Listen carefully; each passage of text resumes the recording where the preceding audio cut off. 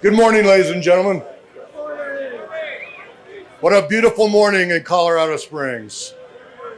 And we used to say going to school here that if you don't like the weather, wait 5 minutes. But I think in 5 minutes it's still going to be beautiful. My name is Richard Haddad, more commonly referred to as Beef.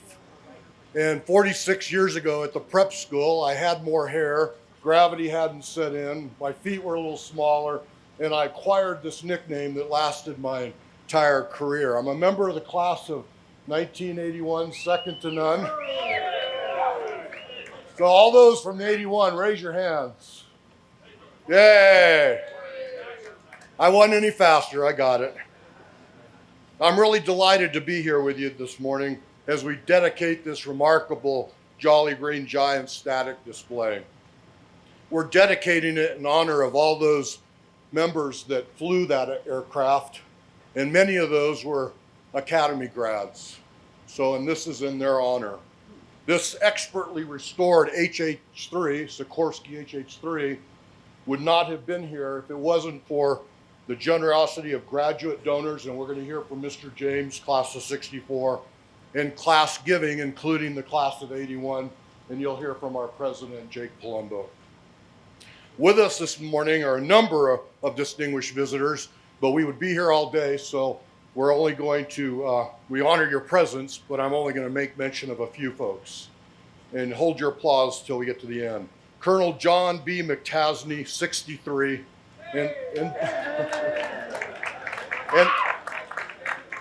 and Brigadier General Dale E. Stovall, 67. And I remember General Stovall from my AFSOC days. Both were awarded the Air Force Cross in Vietnam for their extraordinary heroism while engaged in action against an enemy of the United States. The second highest military decoration that may be awarded to a member of the United States Air Force. Colonel Leonard Lucky Ekman, class of 63. Mr. Charles Bill Holman, Jr., 64. And Lieutenant Colonel Donald A. Sutton, 68, who were awarded the Silver Star for conspicuous gallantry and intrepidity in action against the enemy during the Vietnam War. We also pay homage to the Academy's only Medal of Honor winner, Captain Lance Saijon, 65. It's 16 Air Force Cross recipients, 205 Silver Star recipients, Distinguished Flying Cross recipients for their heroism and extraordinary achievement while participating in aerial flight, and all medal winners across all conflicts, many of whom are with us today. If so, please raise your hand to be recognized.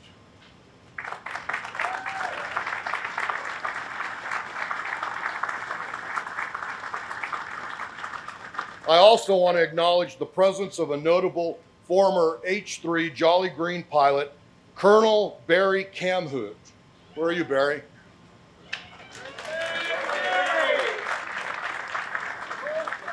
He was on the initial cadre of 8 when the H-3s were first deployed to NKP, Thailand. If you are a Jolly Green crew member, including ground crews, maintenance, and other supporting elements, please stand up.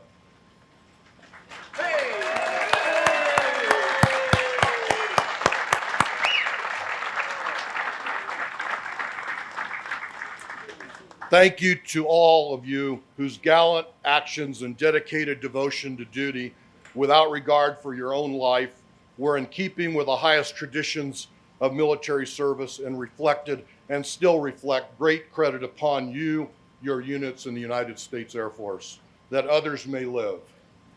So we have some speakers this morning, and the ROA is simple. They know how long they're supposed to speak.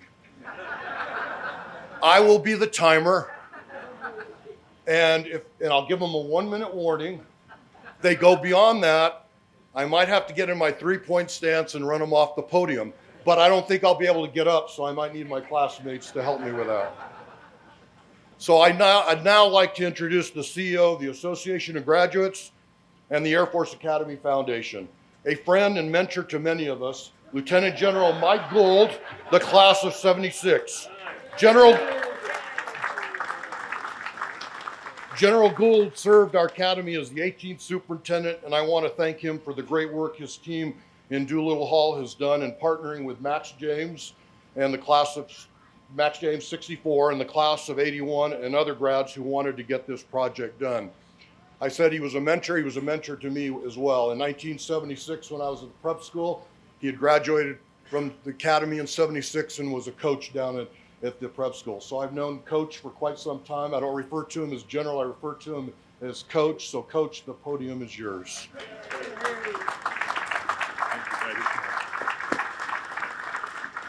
I thought I was going to have to get in that three-point stance and take out overtime there, Beef.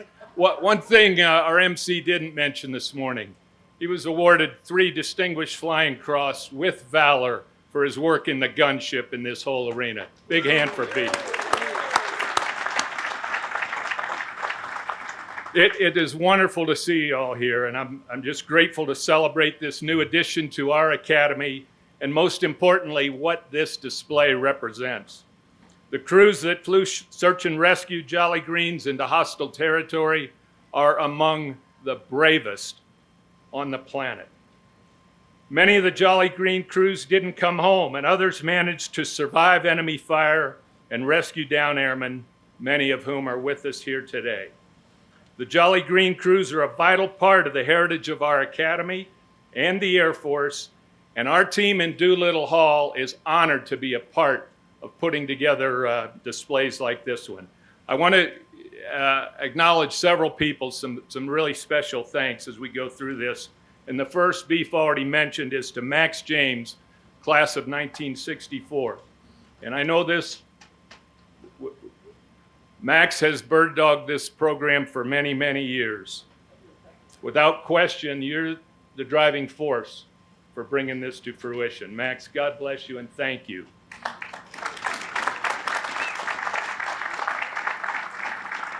And many others had a big hand in making this happen. Carson Helicopters for its extraordinary work restoring this beautiful HH-3 Echo. To the class of 81 for taking on this important heritage project, and a special tip of the hat. This is one of the hardest jobs we have when we go out and ask classmates to help round up their own classmates to make donations. So I am grateful to Jake Palumbo, Major General Beef Haddad, Lieutenant Colonel Rich Trentman for what you guys did with your classes to make such a significant contribution. So thank you guys so much. And a couple members of the class of 63, John Fox, Lucky Ekman, and Les Denon for significant contributions. We also thank Sikorsky for the generous support during the renovation, Matrix for the design of this display out here, Icon for their work in the construction of the site, and also a special thanks to the National Museum of the United States Air Force, led by a 1975 grad, Colonel retired Dave Tillotson. Now, before I hand over to our next speaker, I want to throw out one other thanks, and that's to the 20th Superintendent, Lieutenant General Jay Silveria, who worked closely with Max to find this bird and get this project going.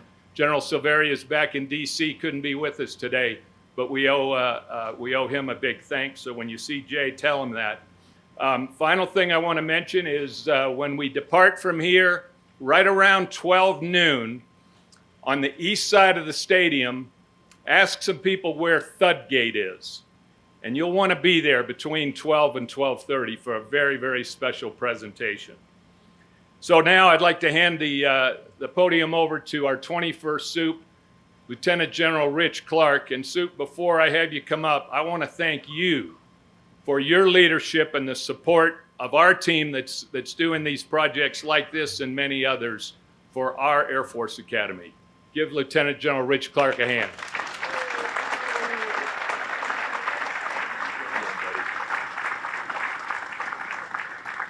Thanks, Coach. And like Beef, I always call him Coach because he was my coach too.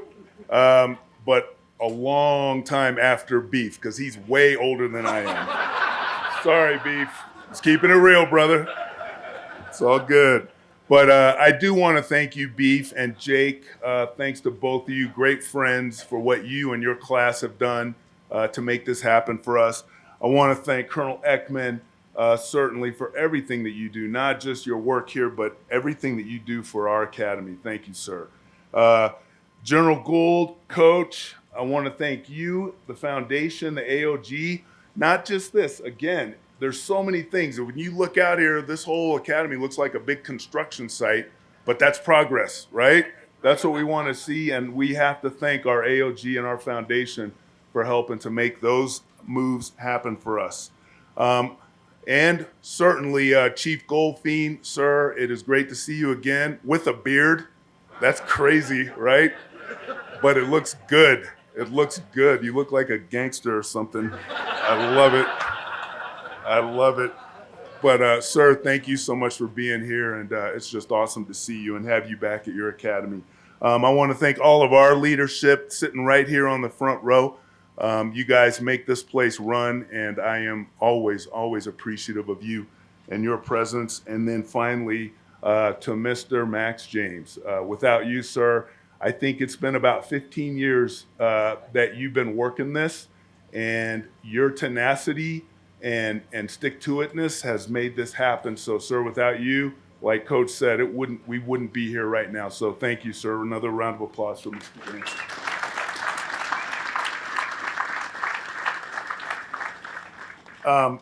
It's an honor for me to be here because this is really just another one of several world-class monuments, displays, tributes at our academy.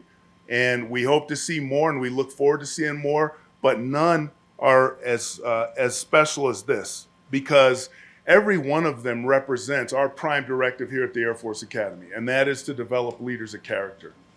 And our crew members that flew the Jolly Greens, you can't find a more committed group of people to our country, to our airmen, to our Air Force than they were. And it's so amazing to have this tribute here right now. And when I talk about a leader of character, that is someone that embodies our Air Force core values: integrity first, service before self, excellence in all we do. But not only do they embody it, but they operationalize it. They put it into practice. You can see it in the things that they do. And when we talk about a person that has integrity first, it's a person that lives honorably in every aspect of their life, professional, personal, even when nobody's looking. When we're talking about a person that puts service before self, it's someone who lifts others. We've all seen leaders that lift themselves before they lift their teammates or their squadron mates, but a leader of character always lifts others before themselves and allows them to be their best possible selves. And then finally, when we talk about excellence in all we do, it's about elevating performance. It's about getting better every day, getting smarter, faster, stronger, better today than you were yesterday, better this time you do that event than you were the last time. And if we elevate performance every day, we will inevitably maintain that position as the world's greatest Air Force and Space Force. So those core values are critical and our prime directive here at the Academy, and nothing exemplifies it as well as this monument that we're here to pay tribute to today. And when I talk about the core values, there's one in particular that just sticks in my head, and it's service before self.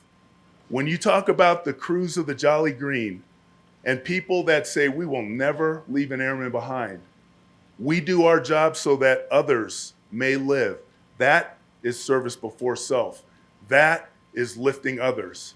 And when we talk about lifting others, it's not just figuratively, it's literally lifting others, right? Picking them up from the jaws of death and giving them life and allowing them to return home safely to their families, to their friends, and even to execute our national security further. Lifting others is what our air crews of the Jolly Green did. And there's one crew member that I want to highlight because we talk about our amazing grads that were the pilots and that were the crew members of these aircraft. But there was one, his name was Airman Dwayne Hackney. 1967, he was 20 years old, the same age as our cadets. And he went on a mission with his crew to pull out a downed air crew member in 67 that 2 other flights had tried to go in and try to pull out, but were unsuccessful due to weather, due to the threats. They couldn't get there. And they wanted to take one more shot at it. So his crew went in, they found that pilot, they were able to defeat the threats and get there. Hackney lowered that hoist in, he found the pilot, pulled the pilot up, and as they were pulling him up, the gunfire started, the missiles started flying. The aircraft was under threat, and as soon as he got him on board, what he realized was, we may be going down any minute now. And he didn't have time to go find a parachute for that downed pilot, so he took his off, strapped it on that pilot to make sure that he was going to be safe. The gunfire continued. He ran back to try to find another parachute. As he grabbed it, he put it on, and just as he was strapping it in, the helicopter took a strike and it knocked him out of the helicopter. He fell out of the helicopter all the way to the canopy below him, and just as he was able to pull it, his chute opened and gave him just enough landing so that he hit the canopy, but then he still fell 80 feet to the ground. Now he was burned, he was severely injured, but he continued to evade to try to find that downed aircraft so he could find his crew, his wingmen, because it was about service to them before self. And he eventually found it, evaded the enemy, he found that aircraft. Unfortunately, he was the sole survivor. He was the only one that made it out. But then he continued to evade, and he spotted an A-1 Sandy that he was able to signal and actually pick him up and bring him back to safety. When a helicopter came in and returned him, the favor was returned. But here's the thing. After he got picked up, he went right back to the fight. As soon as he was able to recover from his injuries, he was able to fight. And let me just read some of the accolades. He went on to fly 200 more missions. He got shot down 5 times, and he continued to fight through it all. He was a recipient of the Air Force Cross, at the time, one of the few living recipients of it, certainly the only enlisted living recipient of the Air Force Cross. He received 70 medals for bravery, 28 for valor, 18 air medals, a Silver Star, a Purple Heart, an Airman Medal, and most importantly, an Air Force Cross. He gave everything. He put service before self. He lifted others. That's why that aircraft is sitting here right now, because it's those kind of leaders that represent character. It's those kind of leaders who are the same age as our cadets right now that are the exemplars for us to not only develop cadets, but to be the examples ourselves of. And we could never live up to I know I couldn't ever live up to the heroism and the bravery, but he's something for us all to aspire to. So everybody that allowed this aircraft to be there, and every time our cadets or any other person comes out and gets to experience this display, what I hope that they'll remember is that this is all about character. This is all about the heritage of our Air Force and our Space Force, and this is what every one of our cadets, every one of our permanent party members, every member, every airman and guardian has to look to aspire to continue to serve. Not before ourselves, but to serve others. So I thank you, everyone that made this happen today, and I thank you for bringing more character back to our academy.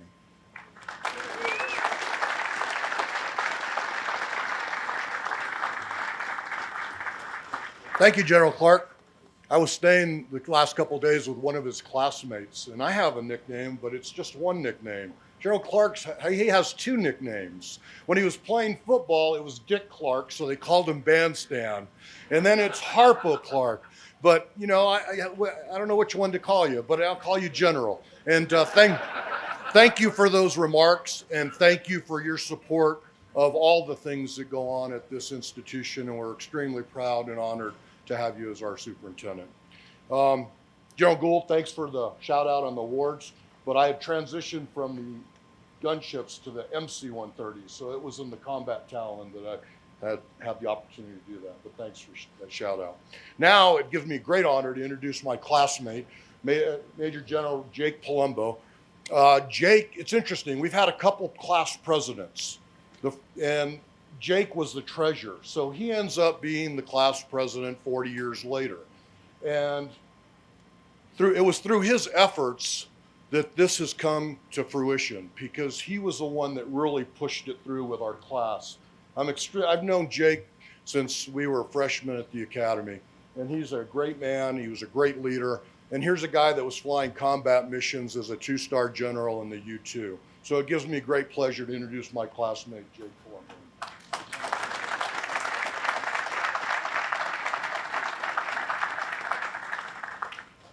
Thanks, Beef. I always look up to you. Good morning, everybody. Soup, Chief, and distinguished visitors. I am a Florida boy. And in the great tradition of Air Force spouses, my wife drove me to the airport, Tampa Airport, Thursday morning, and this person named Nicole was chasing us the whole way.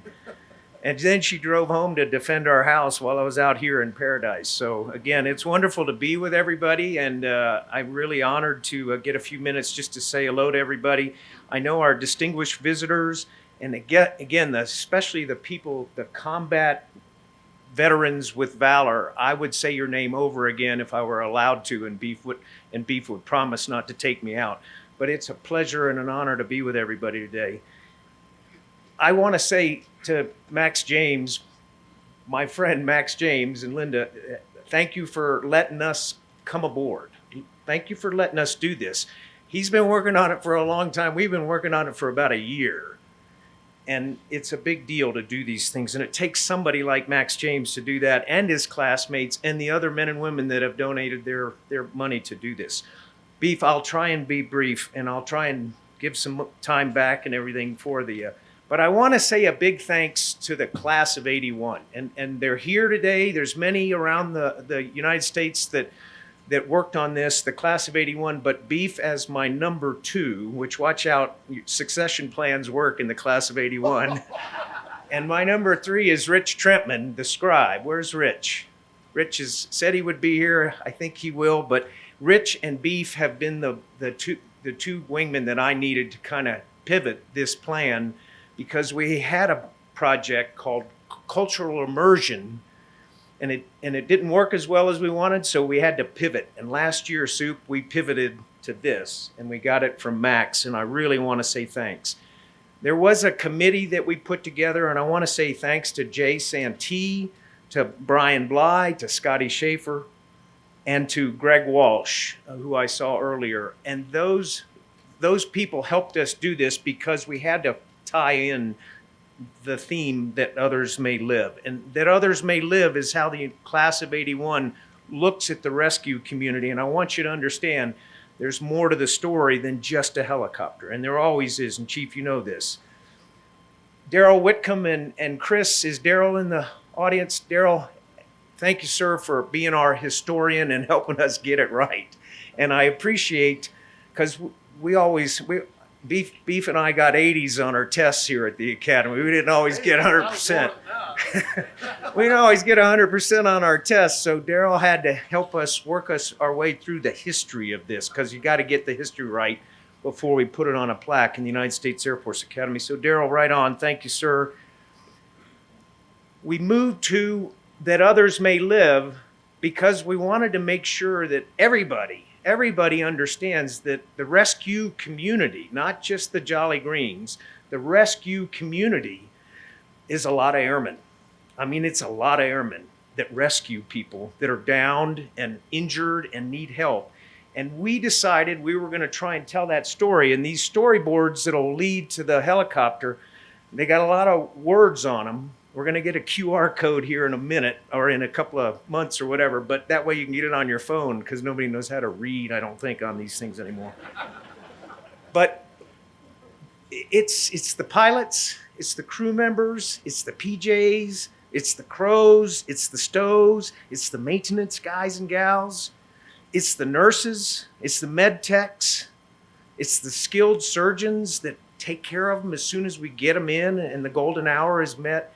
It's more than just the helicopter. The rescue community is all about that others may live. And that's what the class of 81 wanted you all to know about as we thought about how to do this. I have one final comment that I want to make, and it's already been mentioned. But it's about the ethos of airmen, okay? It's our ethos. It's what we believe in. It's what kind of fills our belly up. It gets us across the line of departure, and it gets us back. The ethos of American airmen is that others may live. But we'll never leave an airman behind. We'll never leave an American behind, will we? And that's what American military stands tall with, is we don't leave people behind. My friend Greg Heinz, raise your hand, Greg. He's my high school buddy. He and I were going to be here with Bill Stewart, whose father, Colonel Pete Stewart, was MIA from Vietnam for 50 years. 50 years. Missing in action in Vietnam. I'm sure the rescuers went out and looked for him. I'm sure the Jolly Greens went and looked for Colonel Pete Stewart. 70 missions in World War II, flew and combat in Korea, and then they asked him to go back to Vietnam after a couple of missions. He was shot down and lost. Never found him for 50 years. I told his son, Bill, who was my football player, classmate at the high school, I said, Bill, we never leave an airman behind. We're going to get your dad. He said, I don't think so, Jake. 50 years later, we brought Colonel Pete Stewart home, and he was a funeral and a memorial service in my hometown of Winter Haven, Florida. My brother and I suited up and put our wheel caps on, and we saluted Colonel Pete Stewart. We will never leave an airman behind. And you all in the rescue community and all of us airmen in the United States Air Force, we do this so that others may live. It's a big deal. Thank you all for being here in 81. Second to none. Thank you all.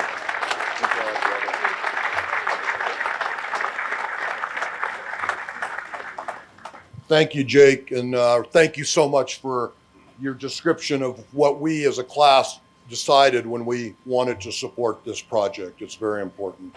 With us this morning is a legendary fighter pilot who flew 287 missions during Vietnam in the North, and a total of 350 missions in the F-105 Thud.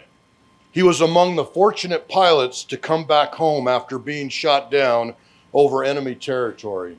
He's with us today thanks to the Jolly Green crews. Ladies and gentlemen, I'm honored to invite Colonel Lucky Ekman, class of 1963, and a USAFA distinguished graduate to offer his reflections.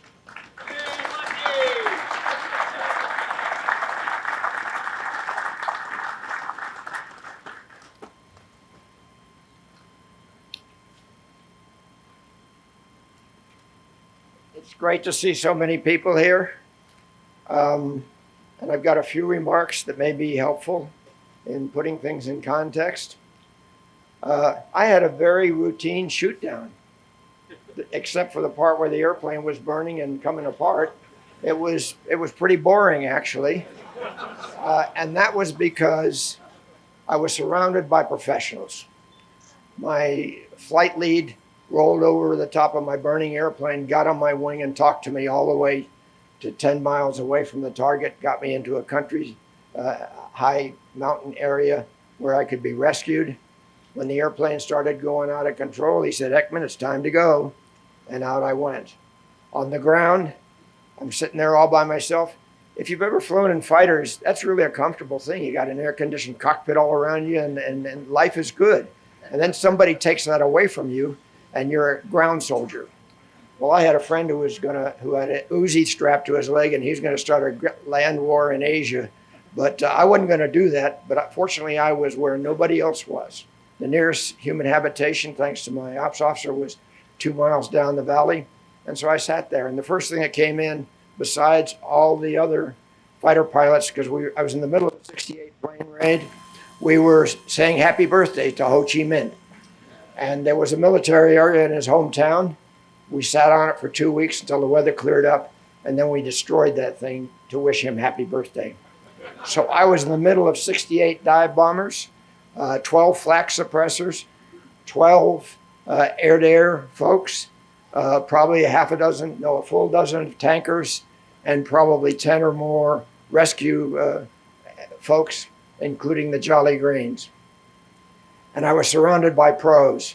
Some of the pros over my head were upperclassman Bob Hopkins, who was in one of the F4s. And then there was classmate Doug Hardgrave and Randy Reynolds in F-105s. And then when the Sandys came in, I don't know for sure, but I think it may have been Butch Facilio, who was a Sandy. So I was surrounded by Academy graduates doing their thing and helping me to stay safe. And they said I was a magpie. I was talking a lot. I had 3 radios, and so anybody that went by me and everybody came off the target, coming right over me, I talked a lot. But other than that, it was boring. The chopper came in and hit the hover, and it got there because this bird had the range to get to where I was. The previous rescue helicopters did not. And so PJ lowered the jungle penetrator down, and I came up the penetrator. We got any PJs in the audience? Hold your hands up, please. Hey!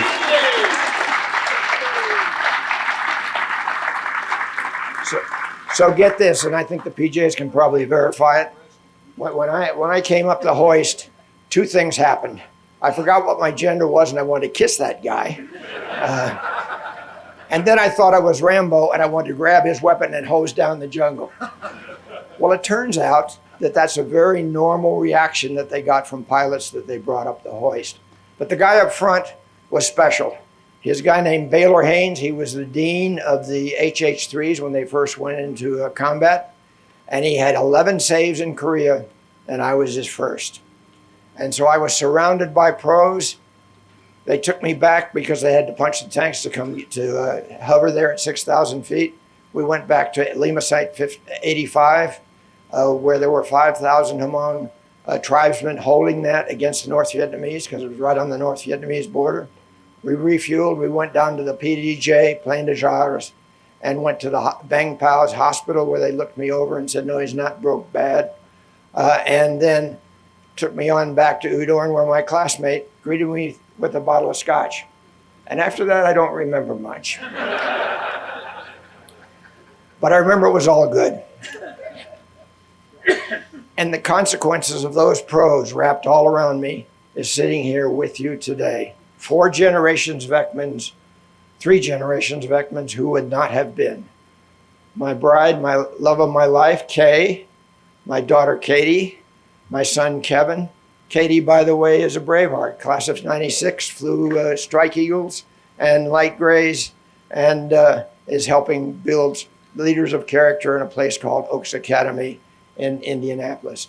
And my grandson, Jackie, and Jackie perhaps, thanks to the urging and the encouragement of Superintendent Clark, may be in the class of 34 one day. So it was the legs on this bird and the courage of the people that flew it that made my shoot down and rescue pretty routine. And the consequences sit before you today.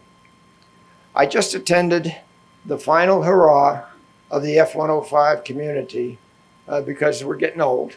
Any 105 drivers in here? Aha, then I can say whatever I want to and they won't contradict me.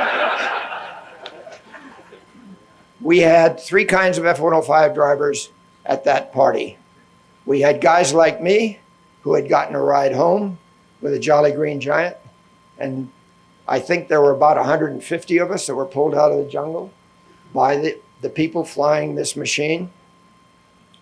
There were those who ended up POWs and wished they had had an opportunity to be pulled out of the jungle by folks like this. And then there was everybody else who was awful glad they didn't have to get a ride home from the Jolly Green Giants. They say fighter pilots are fearless. Maybe. They say wild weasels are 10 feet tall and bulletproof. Yeah, maybe. But because of folks like this and birds like that, we were all a little braver and a little taller, and knew for sure that if anything bad, if we had a really bad day, that those folks would come get us if they were allowed to do it. So I salute the Jolly Green Giants, especially the PJs and all the warriors here assembled. We owe our warrior courage to the people who back us up and who will come get us no matter what.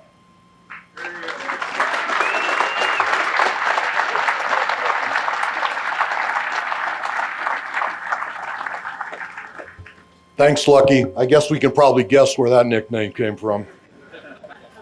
We just heard from a pilot who owes so much to the Jolly Green crews.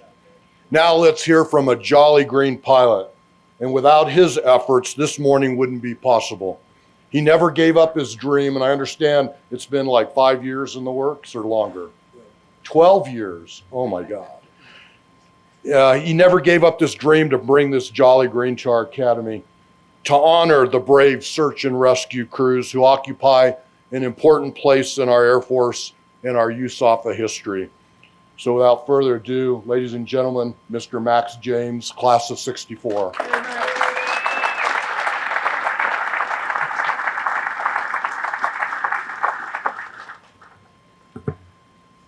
Wow. A dozen years, 10,000 no's, and it only took one yes. And you know why I think this happened? There's a fellow you're going to hear from a little later, and he was shot down, Serbia. I won't steal his humorous presentation, but he was chief. And I was at the Distinguished Graduate Award Ceremony dinner, and Jay Silveria tapped me on the shoulder and he said, guess what? The chief approved it. The chief approved it because the Jolly Greens picked him up. We're so glad we got you, sir. Listen, I want to thank everybody. It's great to have some of the crew members here. Oh my gosh. Some of those guys volunteered to restore my brother here. Jolly 5'6". Jolly Green 5'6" was my call sign. And so thank you guys for being here. Thank you for all the work. One of the guys that led all of this, a few minutes ago, I put it in my other pocket, handed me a shell cartridge that came out of this bird while they were renovating it. And I said to him, I guess that one missed me, didn't it? Jack Kucera, who's chairman of our foundation, saw the pictures and called me and he said, looks really good, but you're missing something. And I said, what's that? Looks pretty good to me. He said, where are the bullet holes? Well, they took those out. They did a great job. And so thanks to Carson Helicopters for the renovation. The special attendee that we have here today is that guy right there. Welcome to the United States Air Force Academy, Jolly Green.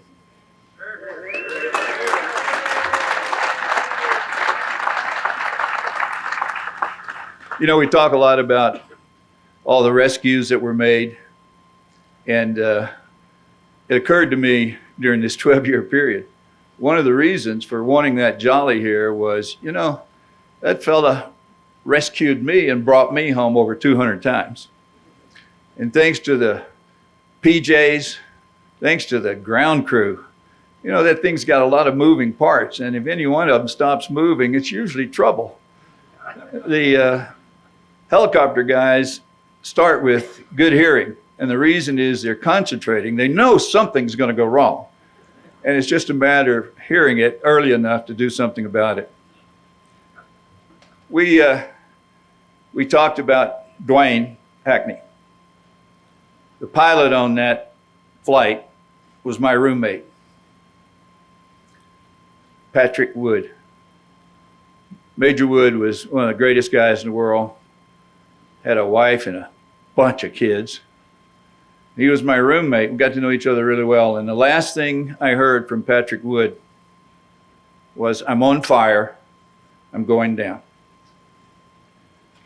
Well, just as the other story we heard this morning, we didn't find Patrick for decades, but we did.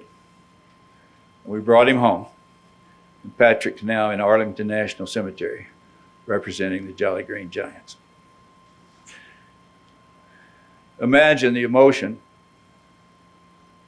of packing up all of Patrick's personal effects as I did in sending him home. It takes resilience, perseverance, guys like Bill Hoylman, to get back the next day, and go out on another mission. That's why I'm so proud to be a Jolly Green. That's why I'm proud of the brothers that we have. My crew chief saved my life.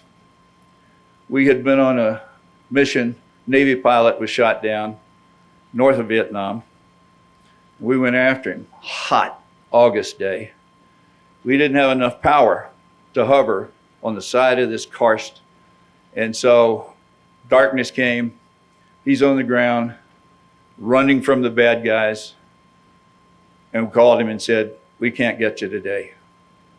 Do the best you can. We'll be back tomorrow morning. So we went back, landed at night in a village in Laos, took everything we could off of that helicopter, including the tip tanks. They even took the 1/4 inch titanium plate that was under my tail. That was the only armor we had when I got there. We didn't have any guns. Oh, we did. I had my pistol, my pea shooter, and the PJ had an M16. That was it. We were the 66 and 67. So at any rate, we went back the next morning and had just enough fuel to get back out of North Vietnam. And I get a call from the crew chief. He says, Captain James, we've got an oil leak. Looks like they shot out the oil line. And I said, oh God, please tell me it's the engine oil, because I got 2 of those. And I've just crossed the border into Laos. And he said, no, sir, it's the transmission. Well, when the transmission goes, and they tell you got 2 or 3 minutes, probably, that big fan up there, those wings that go around for you fighter pilots that don't understand that. I said, tell me it's not bad. He said, sir, it's pouring. So I declared a mayday, called Saigon, said, Saigon, I'm going to lose my transmission and my rotor. So is there a safe place that I can put this thing down in a hurry instead of all these trees? And Saigon said, stand by. What? Stand by, my men. You can imagine what I said. So they came back up pretty quickly and said, we're going to give you some coordinates. It's a village, and we think it's friendly. Think. Well, so you can't really put any torque on that transmission when you're losing oil. So we were basically in what we call a glide. You know, it's a little better than a rock, but anyway, it's a glide. And we get to the village, and I can't pull in any power because this thing's going to spin if that transmission goes. And I put the extra torque on. So we did a Navy landing. We just kind of crashed it in and bent everything up, broke it pretty good. And it was like something out of a really bad Western movie, OK Corral or something. It's this dirt street and huts on each side of the street and nobody. So I don't know if it's friendly yet or not, right? So anyway, we're safe. By the way, that Navy pilot that we picked up, when we told him he might have to jump again, he went into shock. Fortunately, we carried a lot of whiskey on board, so we handled that okay. So we get out of the bird and go up to the front, the PJ and I, and nothing's going on. It's a dirt, it's just like out of OK Corral. Remember the gun shooter? So what happens is at the far end of this strip, this dirt street, are 2 guys that come out dressed in white, and one's carrying something with a cloth over it. We don't know if the village is friendly. We don't know what's under that cloth for sure. And they start walking toward the chopper. So I got hairs in the back of my neck are up, beginning to sweat. PJ's going, oh boy, geez, this is going to be great. Here they come. They get about 50 yards, and I said, look, I'm not going to let them blow up the crew that we have and the chopper and us. So at about 40 yards or something, we're going to drop them. Well, at about that distance, and who knows, I had so much sweat in my eyes, I didn't know. The guy reaches over, and that cloth that was covering something, he rips it off, and it's hot tea. Friendly village. About that time, up pops a white Huey helicopter. And the pilot jumps out, and he's got on shorts and elephant skin boots and short sleeve shirt. He's like, and it's Air America, CIA guys, and we weren't allowed to wear insignia, by the way, because there was no war in Laos at the time, so we weren't. Anyway, and the pilot jumps out and he said, hey, Captain, glad we could help you out. Listen, I gotta go, there's a war on, did they tell you? So off he flew. 4 crew members. So a decision had to be made whether or not to take a chance on losing 4 crew members and a bird to pick up 1 guy. What did you say? We never leave anybody behind. So we'd always ask the crew, shall we go in? Yeah, let's go. Let's get that guy. Come on. Nobody ever for a second reserved their opinion on going in. Last story, I promise. If you notice out there, there's a red swath of paint that leads over toward Robin Olds. One of my extra duties when I was in Vietnam was to go to the fighter bases and brief all of the incoming fighter jocks on how not to get me killed. In other words, do this, guys, and maybe we'll all get out of here. So I landed in a little L-10, I think, and we pulled up on attack, and I look over, and sure enough, there's the handlebar and the whole thing from Robin Olds.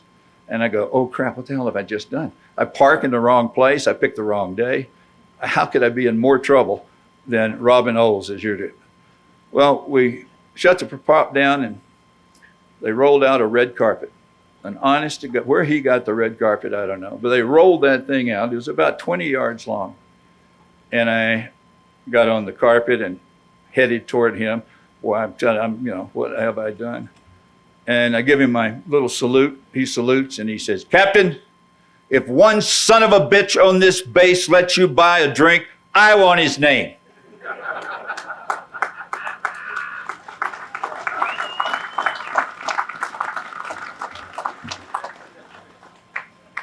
And so we painted a red carpet leading from the Jolly Green to Robin Olds. Thank all of you for being here. I'm proud to be a Jolly, but I'm far prouder of those that I got to fly with and those that are still flying today. Thank you very much.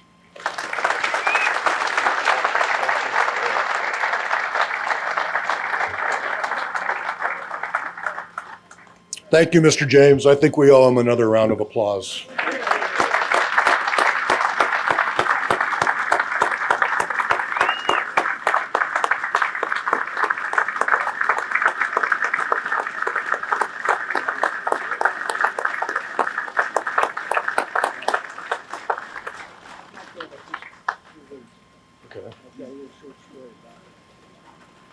Yes, sir.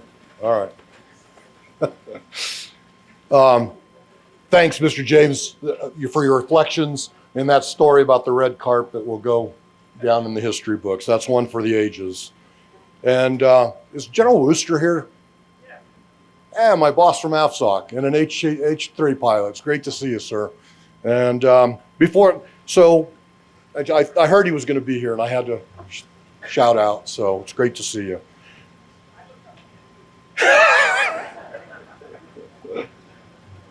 So now I'd like to introduce, before our final speaker, General Stovall would like to say a couple words. But not too long, because we got to get this thing going. Okay. We've heard some great stories. I'm going to tell you a story that was unheard. Barry, stand up. Barry Kamhout was one of the original 8 Jolly Green members that went over there for the permanent party in the 3rd of October, 1965. They had 2 CH-3s. These weren't HH-3s. They had two 450-gallon fuel tanks in the back. They had nothing else. None of the crew members had a survival rate. On the 5th of am I out? Oh, There you go. okay. On the 5th of November, 1965, F-105 was shot down in North Vietnam. The Sandys went looking for him, and the Sandy got shot down.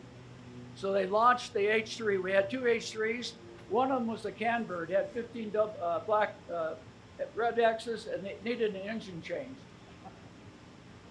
So the first helicopters flying single ship went in there. They got hit. The fuel tank caught on fire. The PJ bailed out. The captain, the 2 crew members, they jettisoned their windows, got up on the seat, and bailed out. I've never heard of it done any other time. The flight engineer jumps out, and he has his gunner belts on, and he's spinning underneath the helicopter with nobody in it, including him. He finally releases his gunner belt, pops his chute, and hits the trees. None of them had a survival radio. That evening, a Navy S-3 came into the scene, and the flight engineer had a Zippo lighter and signaled him and got picked up. That next day, back at NKP with the Canbird, Barry Kamhout said, "We're going to fly this airplane." The flight engineer said, "I'm not going with you." He went to maintenance, and Bill Warren, who was the chief of maintenance there, that had a little detachment, said, "I'll go, and I'll sign them off." Well, they fixed a couple, and he signed them off, pending parts. Supply chain issue. So he launches. The only radio in the aircraft that works is the emergency. 125 guard, all he had was guard. Partial instrument panel, and the engine smoking, because they needed an engine change. And he heads into North Vietnam looking for the guys that are on the ground now. While he's there, one of the Navy S-3s gets shot down. He gets into the area. He finds the wreckage of the Navy aircraft. The Navy had picked up 2 of the guys, and he rescued the other 2 guys, and he comes back. He goes up there for 3 days. There were a total of 11 guys on the ground. We got 5 back. The Jolly crew members, Jerry Singleton, who was going to be here today, but he has some medical issues in his family. He was the co-pilot, and he lasted 5 days. The PJ and Bob Lilly, the aircraft commander, they were on the ground 8 days before they were captured. But Barry spent 6 hours a day for 3 days in North Vietnam with a parch bird looking for those guys. Okay. Because it was all classified. Not a single person got even the Distinguished Flying Cross at the end of that year. And in 1966, we had 106 shoot-downs, and we had 151 picked up in North Vietnam after the Jollies were in there, and of course the Pedros, the H-43s are in there. So that was the start of combat rescue, and Baylor Haynes had set the standard for what we're doing right today in combat rescue.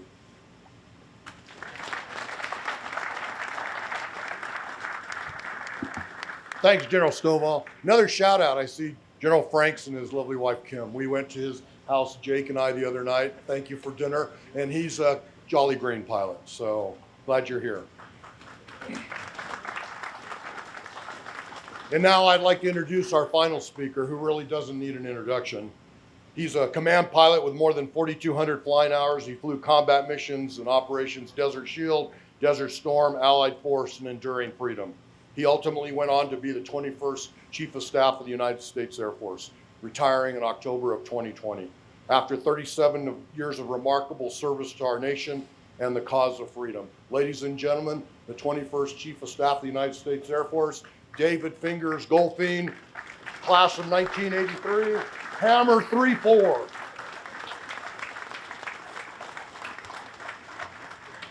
Morning, Beef. What an incredible morning this is.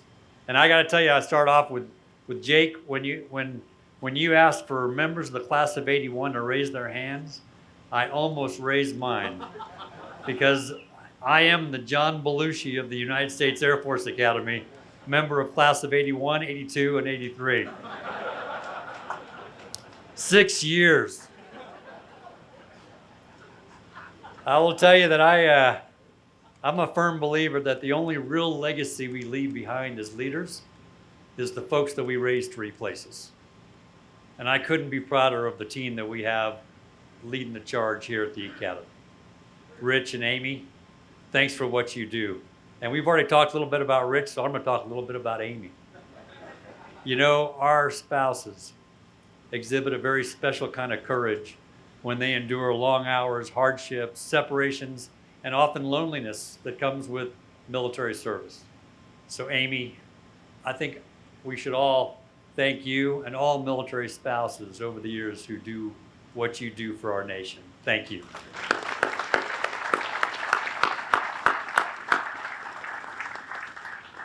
And what an opportunity to honor the Vietnam generation, my dad's generation.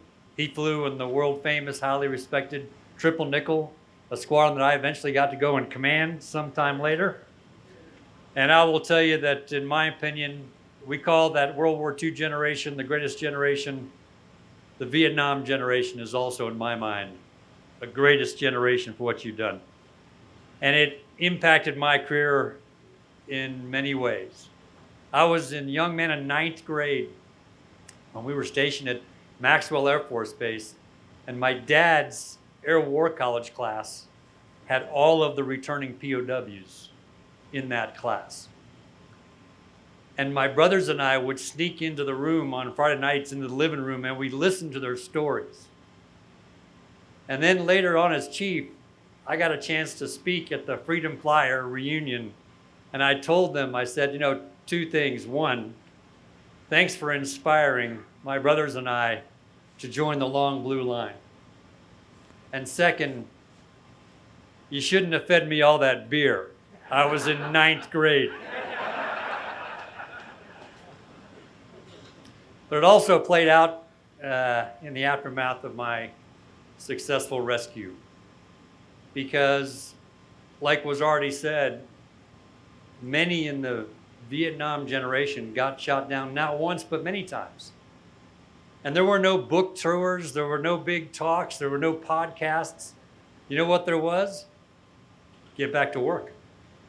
Get back in the air. So I had the chance to just quietly get back in the air the next night. And when folks asked me years later what that was like, I said, it was my way of quietly honoring the Vietnam generation, because that's what you did. You just got back to work. So in 1999, like it was said also already, you know, I successfully intercepted an enemy missile with my aircraft. It was not the most tactically astute maneuver of my career. But what did I learn from that? And what can I share with this group? And one of the things that's interesting, of course, is that so many of the experiences are very similar, despite being, you know, a generation apart. So what does it feel like to be, you know, to pull the ejection handle and get fired out of a high-speed airplane? Well, I can tell you that I used to be taller than Beef. This is all that's left. But I'll tell you, and especially I'm going to tell you this to the cadets in the back. What you don't realize is that our training is superb. And we have this way of compartmentalizing training and then pulling it forward when we need it. I got trained up in the mountains of Farish in my SEER training in 1979. I was shot down in 1999. I'll let you do the math. But the time I pulled the handle, at that point, it all came back. and I knew exactly what I needed to do. So your training is superb. Sometimes it's unanswered prayers, that old Garth Brooks song, that play out in your career, right? So it used to be the case at the academy, I'm not sure if it's still the case, but you used to have a 2.6 GPA or higher to be qualified to pull your own ripcord. If you had less than 2.6, you went to Fort Benning and didn't static line. I thought it was actually pretty cool that the jump plane took off and flew right behind Lucky while you were talking. So as a 1.9 GPA guy, I ended up at Fort Benning. But here's what's interesting, unanswered prayers. At Fort Benning, I did a night tactical jump with full combat gear. And I remember the black hats when I was in the chute yelling at me, "Hey, flyboy, feet and knees together, don't look down." Sometimes it's unanswered prayers. The long blue line matters, again, to our cadets. So in my rescue, we had to do that thing called authentication. And of course, I didn't feel like pulling out the authentication card, so I just, on the radio, when I heard the choppers coming in, I just mentioned something that came to mind. Fast need average. And of course, the pilot came back immediately and said, "Friendly, good, good." And the rescue was on. And I learned that leadership is a gift. We often think that we're in control in our lives, and the younger you are, the more control you think you're in. But the reality is, there's only one person that's got control. And you never know in a career when someone is going to risk everything to pull you out of bad guy land, a burning vehicle, or some predicament that you maybe have gotten yourself into. And on that moment, there are 3 words that come to mind that I've used throughout my career since this experience. And that is, am I worthy? Am I worthy of the risk of these folks who are risking everything they hold dear to make sure I get home? Am I living my life in a way that makes this rescue worthy? Am I leading in a way that makes the gift of having so many folks that look up to us, am I worthy of that? And I think the answer I've come to over this journey has been, please God, I hope so. I hope so.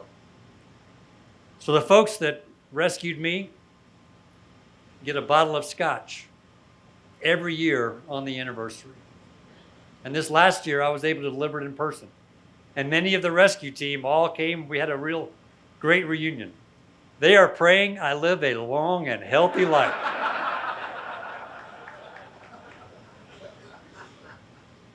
But again, it's this reminder of what we've heard today.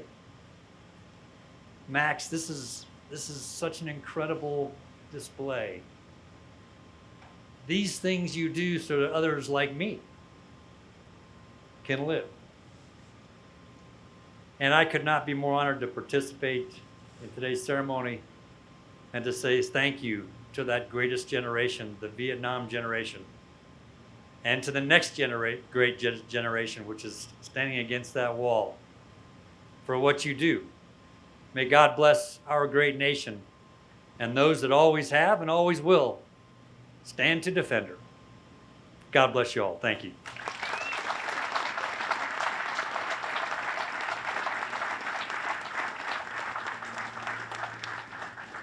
Thank you so much, Chief, for your kind words. That's awesome. One thing I'm going to do before we conclude, since I have the mic, I'd like all members of Class of 64, Max James, and all the members of the Class of 81 to stand up.